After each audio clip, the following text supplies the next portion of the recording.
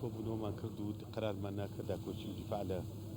کفری بکەیت بوو بەهیمەتی ئەو پێشمەرگانە شەڕمان دەربەن تاڵە کرد و جێشی عراقی شکاو لەو ڕۆژەوە ئەوە بوو بەمای مانەوەی شاری کفری بەم شێوەی کە ئێستای بێنن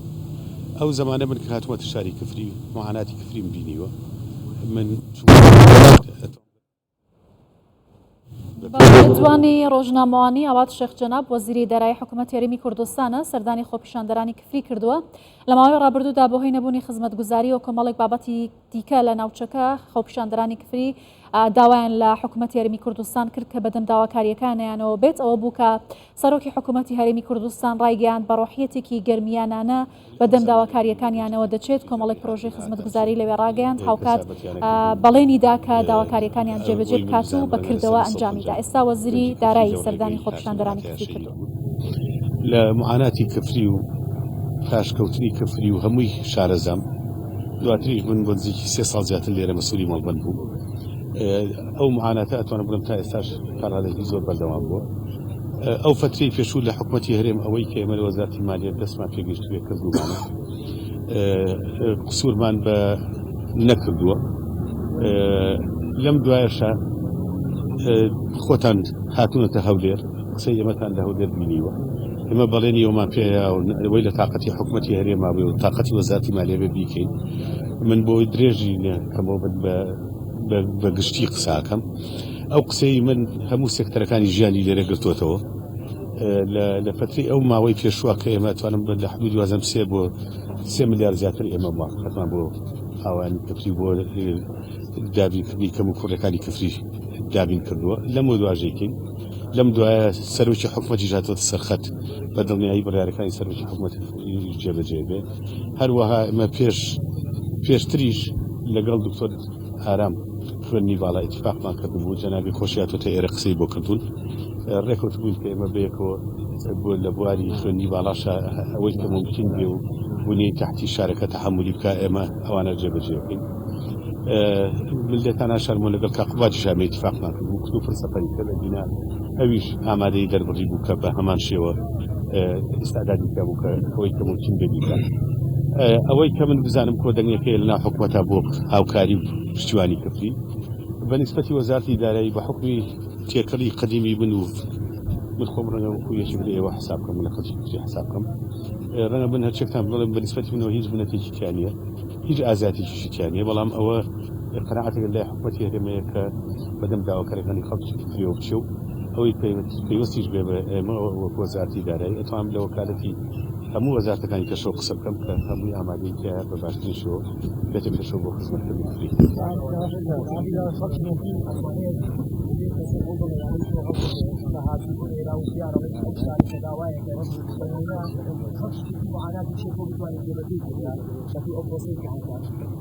ڕاستیەکەی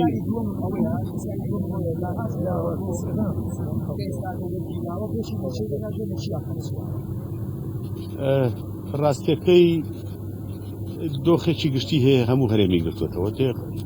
لە ساڵی 2013 حساب لەسەر هەرێم بووە ئێستا دۆخێک هاتەوەتە پێشەوە کە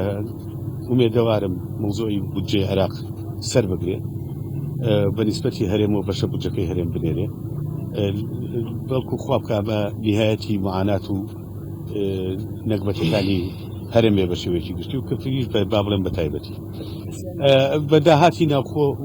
موچە تەبید ناکرێت وەختی خۆی ئێمە مانگی 24 مانگی پێشوە توانم بڵێم هەموو مانگێک 720 ملیارد دینار ئێمە لە داهاتی نەوتمان بووە هات ئێستا 720 ملیارە نەماوە کایکردە نزیکی لە سا هەشتای موچە ئەوەی کە ئەمایەوە لە داهاتی ناوخۆ تەمین نەکرا ئێستا لە داهاتی ناوخۆ دانراوە بەپێی ئەوەی قانونی بودجە ئەبێ داهاتی ناوخۆ لە سا 50 وەربگرینەوە ئێمە لەگەڵ عێراق لەسەر خەرچین بۆ ئەوەی لەسەر داهاتی ناوخۆ و لەسەر تعامل لەگەڵ نەوت و لەگەڵ هەموو شتانی کە بە شتی هەڵپەسێراو یا متعلقات ماوەتەوە خەریکی جێبەجێکردین دوێنێ ئەوە ئەخیر وەفدی ئێمە بڕۆشتایەتەوە بۆ ئەوەی ئەو شتانە بەتەواتی یەکلایی بکەنەوە وەکو ئەوە نەبوو هەندێک پێی جوولایەن وایان پیشان ناوە کە وەزارەتی دارایی ئەڵێ ئێمە پەیوەندیمان بە موچەوە نەماوە لە بەقایە ئێمە هەمیشە ئەوەی کە ئاگاتەوە هەرێم ڕاستەوخۆ لەوە پێشیش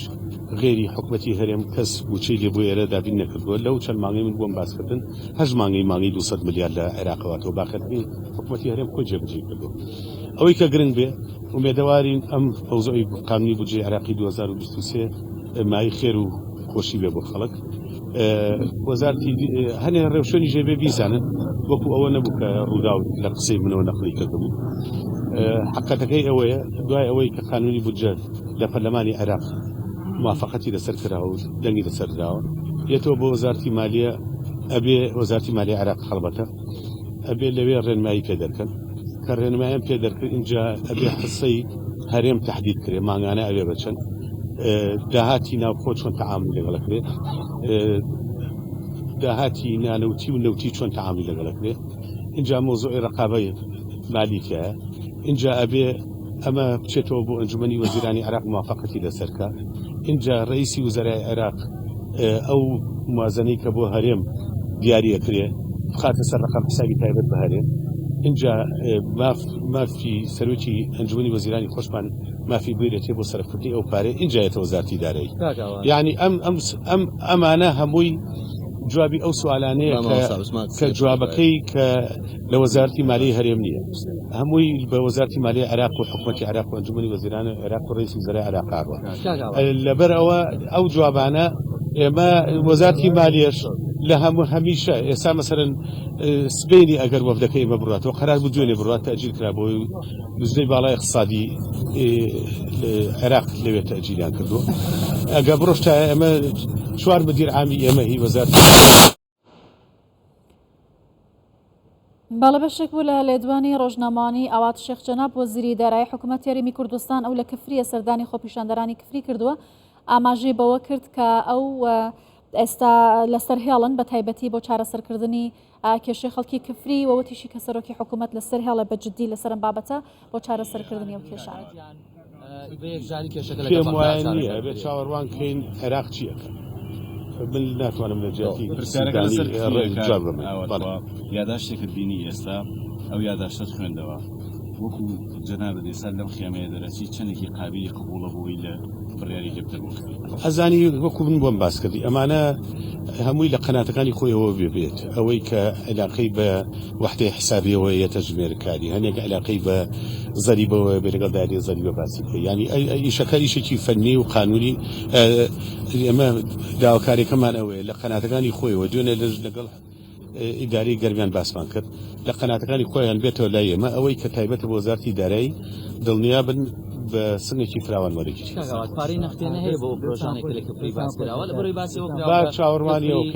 با چاوەڕوانیەوەکەین